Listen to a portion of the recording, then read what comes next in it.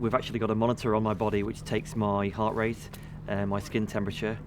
It also looks at my breathing rate and also the G-force that's created.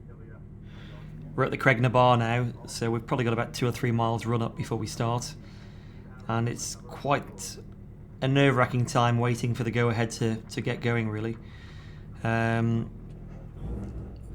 Just heading off now, and we don't want to get too much heat in the engine, we don't want to get too much heat in the tyres, we don't want to get too much heat in the brakes, but we've got to get them warm and ready to go. So just snaking left and right, getting the car, or getting the feeling in the car pretty well so we're ready to go when we come across the grandstand.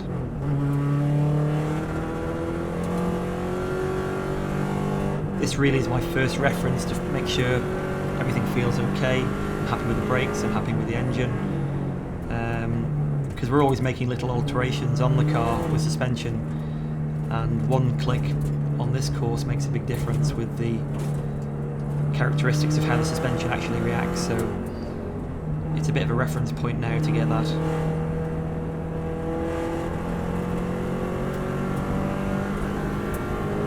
I think I actually prefer going flat out because you haven't got time to look at the trees and the walls around you, but on this slow warm-up period you can see all that, and obviously all the spectators around, which hopefully we're going to see in about 19 minutes when we go around there again.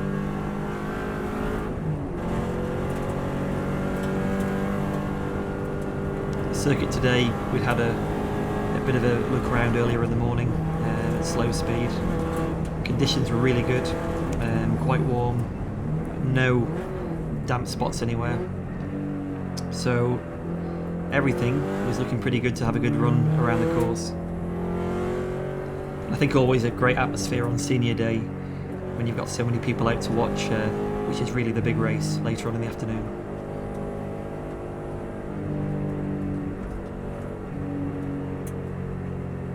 Couple of thumbs up to marshals there and people we know. And now coming into the final part, adrenaline's probably going, heart rate's going a bit more. We've got one tight first gear corner, and pretty well from this point on we're on it now. So this really is a lap starting for me. Car bumping across the road there. I think temperature's pretty good. Another pull on the seatbelt as we head down to what I think is the scariest point, not just because of 2011, but Bray Hill. Probably 140 miles an hour just now as we've gone past the grandstand. 6th gear, maybe 150. 155. Bit of a lift now and then back on the power through the bottom of Bray Hill. The bikes take that flat out, but because our wheel's on the outside and after what happened in 11, I just have to be a little bit careful there. So braking nice and late into Quarter Bridge.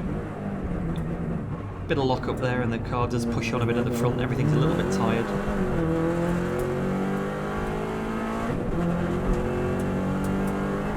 And now heading to Bradden Bridge.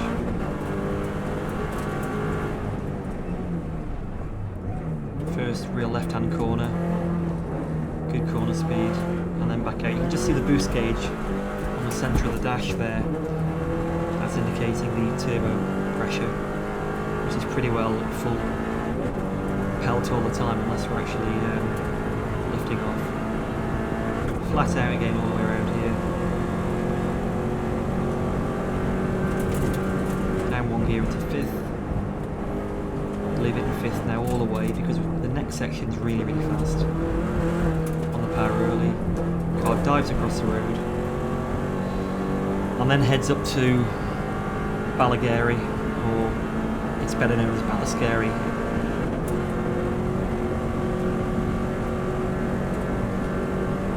This is where we all want another 100 horsepower, I'm sure the bikes do as well. Up the hill. And just at the top, on the crest, a little dab of the brake, turn in, and then full power all the way through.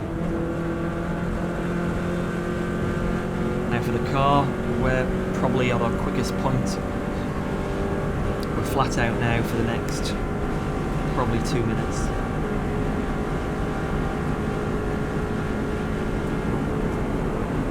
good I didn't lift.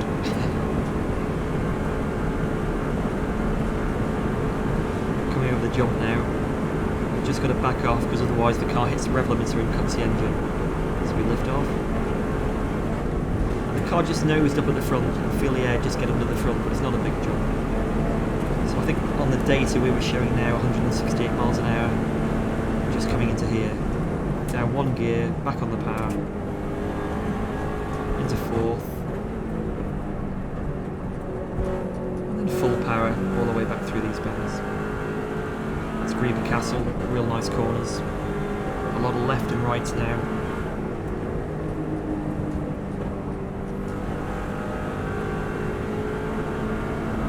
And just great conditions for the whole run so far. Really felt we had good corner speed here. You can hear the wheels just screeching a bit. And then we head on down to Ballycrane.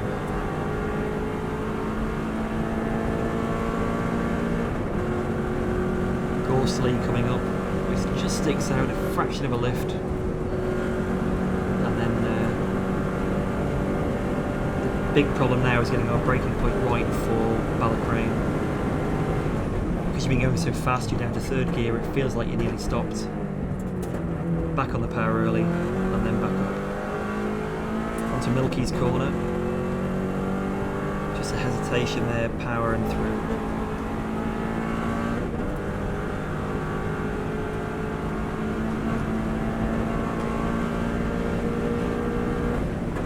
Fifth gear around this one now. I definitely carried more speed there than I did the previous runs. What is hard to see on the actual video is the lack, or the actual crests, which are quite blind when you're in the car. Happy with that good speed. And just able to get right on the apex now before we go into the Glenmona section.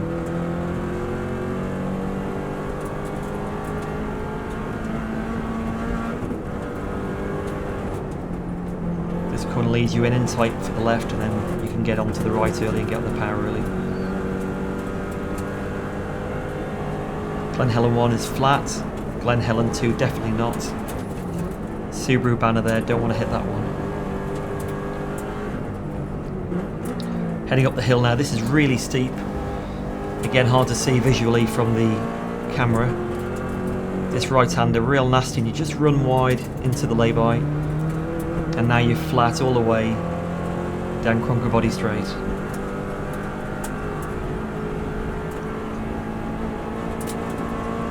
So you have a bit of a breather here. We can normally see the helicopter, which is always good. And one of those big sort of, I suppose, ballsy corners is the one at the end here.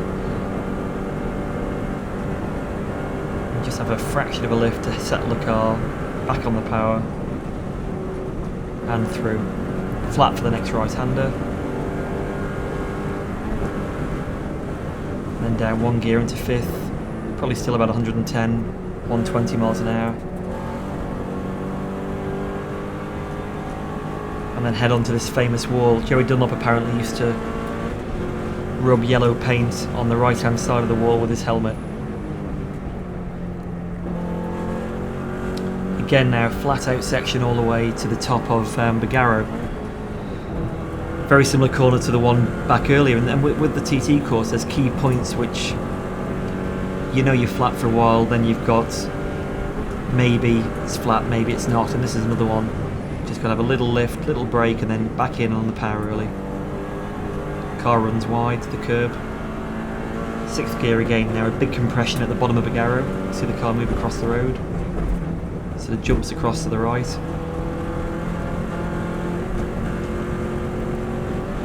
And then before you know it, you're into the 13th, which is a double right-hander, then into a double left-hander, which just tightens at the end. Ken in fifth gear all the way around.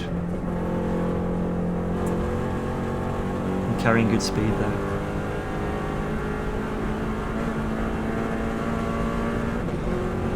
Now really picturesque coming into Kurt Michael. I've never done more than 30 before on a normal day, of course, and now we're about to do 150 at the end of it. Big long right-hander, you can just feel the car pushing to the houses. Yellow line on the left, back on the right, back on the left, and back on the power. Car goes light over here, into 5th. She slid quite a bit there actually. Jump over the crest, now again very, very fast. What's incredible is with the TT courses, the throttle trace, you're probably on full throttle probably 80% of the time. Just lifting to open the diff there to enable the car to turn in a bit better.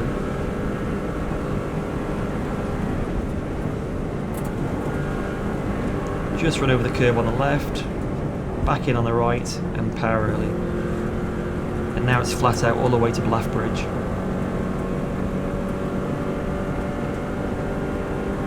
Again, very hard to get your braking point, you've got to get it down to 3rd gear. So you've been in 5th and 6th all the way to this point. Car takes off. And that was quite a nice landing, not too fast.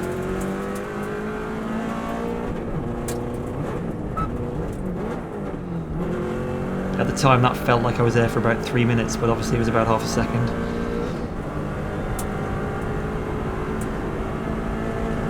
Flat out now all the way to Quarry. Car really jumps quite well on this crest here.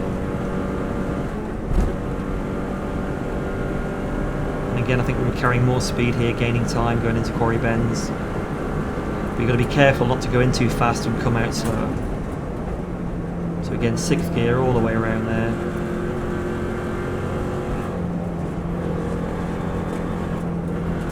Flat to get a good exit all the way down to Sulby Street.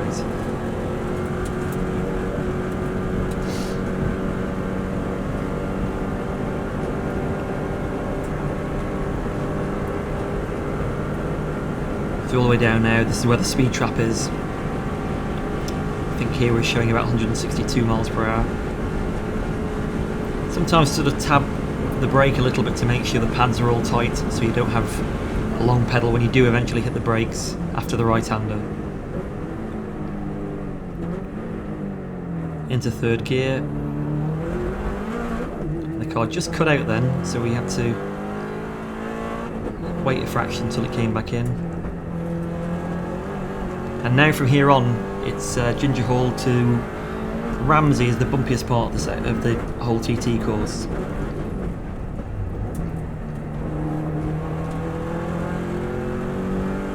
See the car moving around quite a bit more.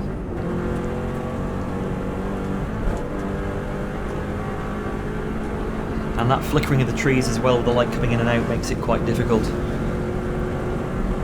you just got to try and remember the best you can the braking points, which we use the walls up here in a few hundred metres.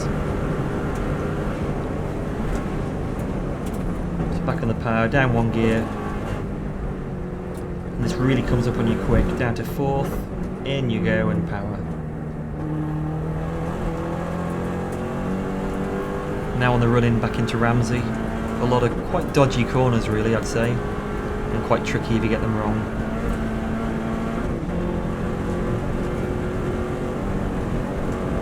Long right-hander here is really quick. Little lift, back on the power. This one's okay. And this one really leads you in and the curb just sticks out on the outside. I think we bounced around this right-hander now on the way into Ramsey, flat out. We don't really see it there on the camera. Last left-hander before Ramsey, just run a little bit wide into the bus stop. Over the line. And then really slow now, back down into 2nd gear.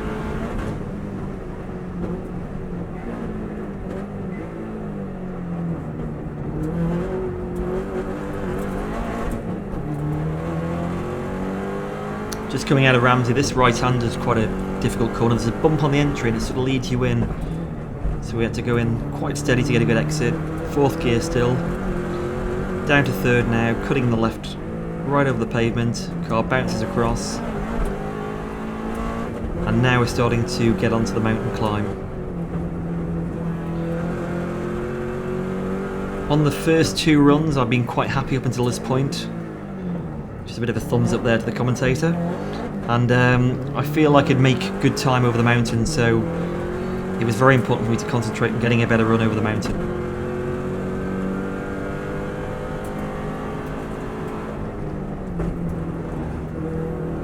Key corner now, third gear, wait, power, get the car out straight.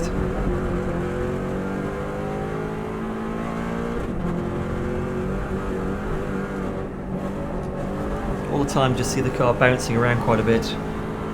Tighten the belts down and then up to the gooseneck, which is a very slow second gear bend. Car drifts wide on the left, brake hard, in and back on.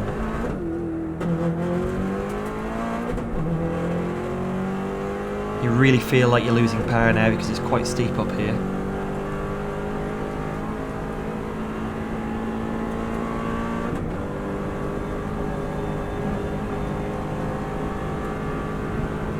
Use all the road on the left, just tuck her in on the right, and then back over to the bale. And these three lefts now, at Guthrie's, really come up fast. Just chuck it on the first one, still flat. Braking down into third. And again, making sure you use as much road as you can on the exit. Key corner there, because from now on we can relax a little bit before the mountain mile. Just a lift there and back up the mountain mile from here on.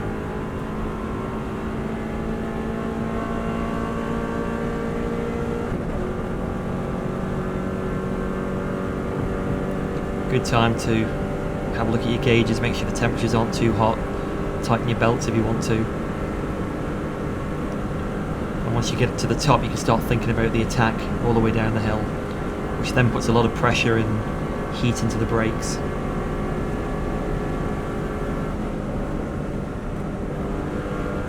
From memory, I went a bit wide on here.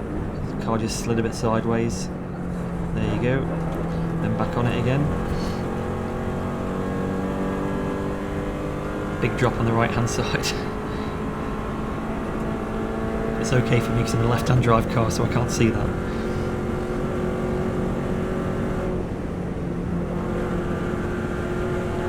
Now starting to get towards the veranda. Again, she's drifting quite wide there and sliding in 6th gear. Just in between gears there. It'd be nice to have a gear just in between 5th and 6th.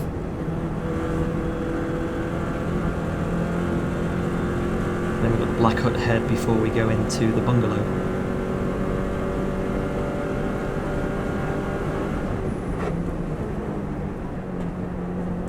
Again, trying to get the power as early as we can to get good exit speed out of the corner. Very difficult this now, the long right into the bungalow. As you come in, there's a bit of a bump. Really hard to get the car straight, get it stopped, chuck it in left, and you can see we run right over the curb on the outside. And that was actually a little bit harder than I wanted to hit it. I was worried now that we may have damaged the tyre. So the next corner's a right-hander, so I can't really feel it. But I definitely don't want to get it wrong for the left-hander at the at Brandywell. Back into 4th, 5th, then 4th, chuck it in. And we're really starting to get on the run home to the grandstand now.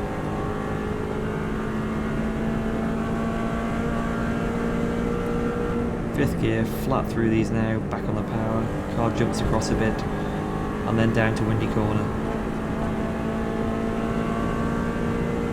Just down 1 gear.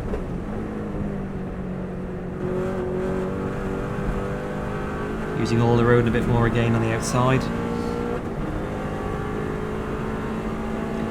We're not a million miles away now from where we actually started at the Craignabar. This corner's always been difficult because you're going so fast and you've got a massive drop on the outside. 2 lefts, 6th gear, flat out around the second one.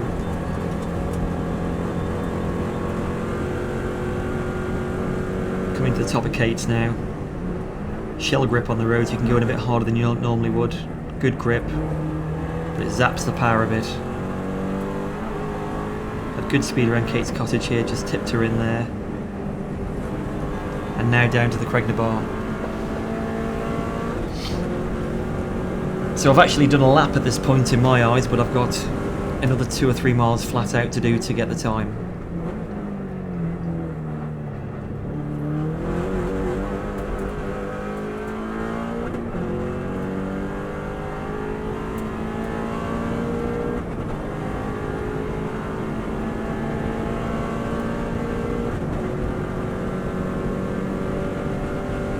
Just coming down the straight now, flat out, 6th gear coming into Brandish.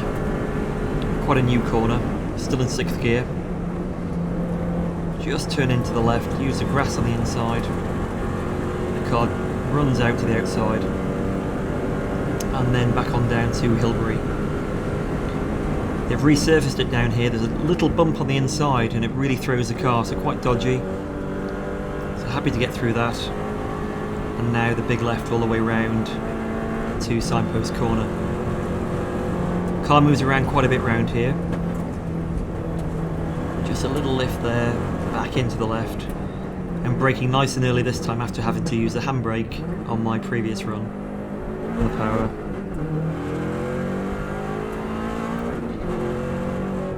Only a couple of corners left, but it would be very easy to throw it all away on the next 2 bends.